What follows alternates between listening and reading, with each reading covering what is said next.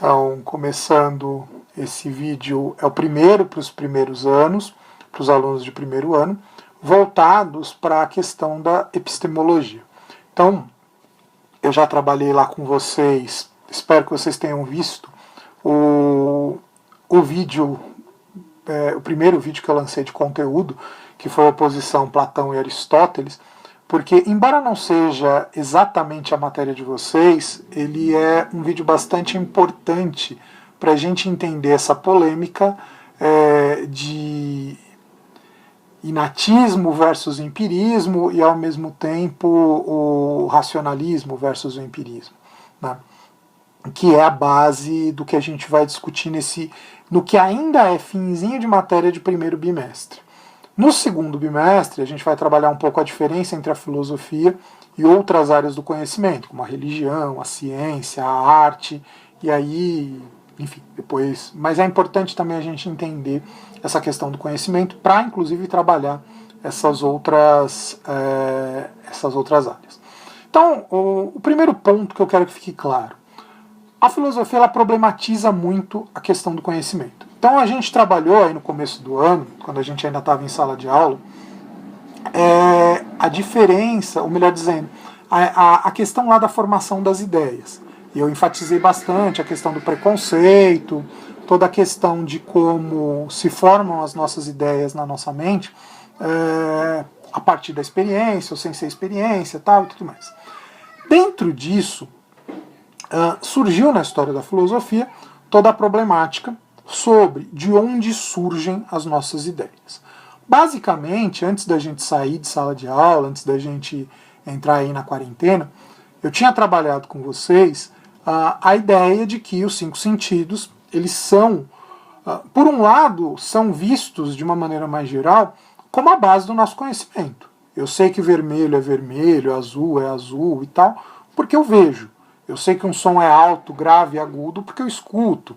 Eu sei que um gosto é amargo, azedo, doce ou salgado, porque eu sinto gosto a partir de que eu ponho alguma coisa na boca. Agora, a grande questão é, os 5 sentidos também podem nos enganar.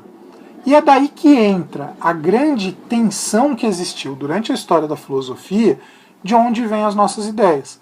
Se as ideias elas são inatas ou se elas são adquiridas. Se a gente forma o conhecimento no decorrer da nossa vida, ou se o conhecimento já está de alguma forma na nossa mente. Se o conhecimento ele é aprendido, ou se o conhecimento a gente já nasce com ele. Basicamente, é essa grande discussão que vai acontecer durante toda a história da filosofia, né? De alguma forma, a gente chega meio que numa conclusão disso com o criticismo no Kant. Claro que depois ainda tem alguma discussão sobre epistemologia, mas parece que já não é mais a mesma coisa, da mesma forma como foi com o Kant. E aí o Kant é praticamente a última matéria que eu trabalho com vocês agora no primeiro bimestre. E aí no segundo bimestre a gente volta a falar do Kant, porque ele faz algumas reflexões sobre a questão da religião, a questão da metafísica, que eu já falei um pouquinho o que é metafísica lá no primeiro vídeo. Depois eu vou deixar isso um pouco mais claro, principalmente para o pessoal que é primeiro ano. Mas basicamente, a ideia de que a nossa mente, ou o conhecimento, ele vai ser formado na nossa mente, ou ele já está na nossa mente, ela remonta à origem da filosofia, como eu falei lá no primeiro vídeo. O Platão defendia que o conhecimento é inato, a gente já nasce com ele, a partir da sua teoria do mundo das ideias. O Aristóteles defende que o conhecimento é formado a partir da experiência. Essa discussão ela vai estar muito presente durante muito tempo na história da filosofia. Até porque depois, nos séculos XV, XVI, XVII, vai se retomar toda essa discussão com o pensamento do Descartes e com o pensamento do Locke. Locke e Hume são os dois grandes pensadores que são a base do empirismo, essa teoria de que na nossa mente não existe nada, a nossa mente é uma tábula rasa, um papel em branco, e que vai ser preenchido a partir das experiências. O Descartes já é um grande defensor de que o conhecimento vem a partir da nossa mente, já existe as ideias bases do conhecimento, elas são inatas. A gente já tem essas ideias, o eu penso, que é a matéria do segundo ano, não vou entrar no mérito aqui, mas o eu penso logo existo, é a base de tudo que é verdade, e essa é uma verdade inata, não é por meio da experiência que eu chego a esse conhecimento. Então você tem essas duas grandes visões, o racionalismo, que defende que a razão, a mente, é a base de todo conhecimento, então logo não vem nada a partir da experiência, e o empirismo, que defende que todo conhecimento vem a partir da experiência. Então, se eu não tiver uma experiência mínima que seja de alguma coisa, eu não tenho como formar uma ideia na mente. A mente, ela não cria nada. A mente, ela vai aprender aquilo que for ensinado a ela, aquilo que ela tiver experiência, aquilo que ela tiver algum contato. Todas as ideias que existem na minha mente, elas nascem de um contato, seja ele um contato direto ou um contato indireto. E mesmo quando eu formo ideias de alguma coisa que não existe, esse alguma coisa que não existe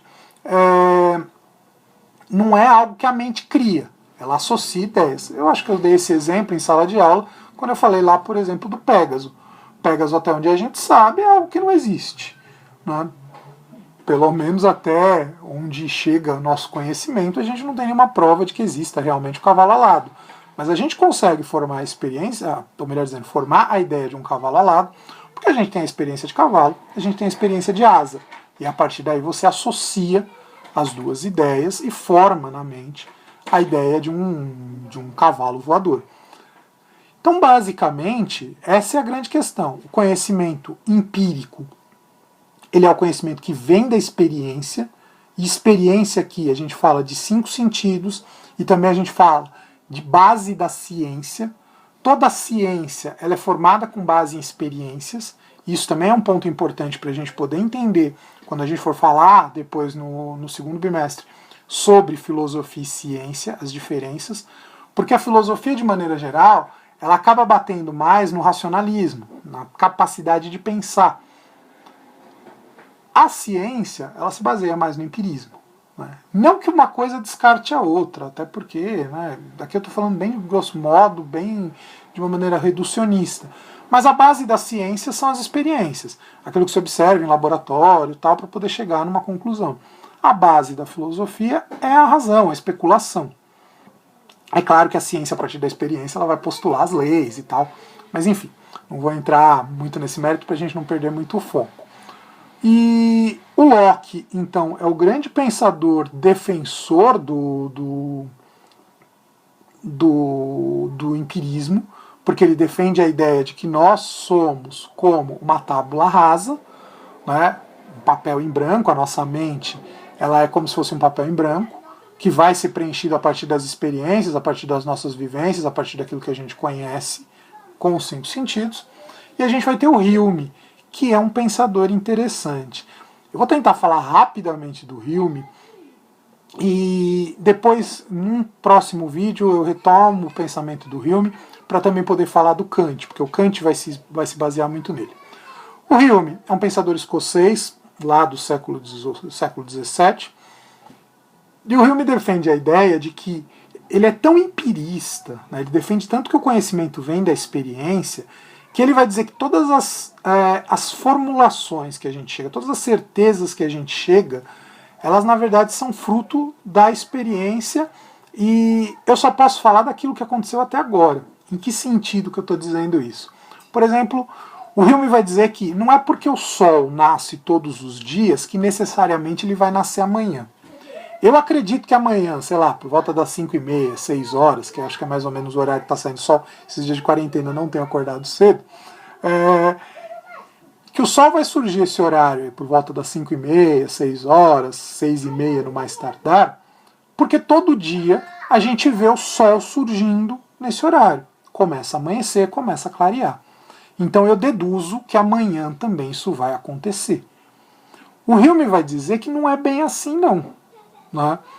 Que não é porque uma coisa acontece sempre que necessariamente vai acontecer da mesma forma.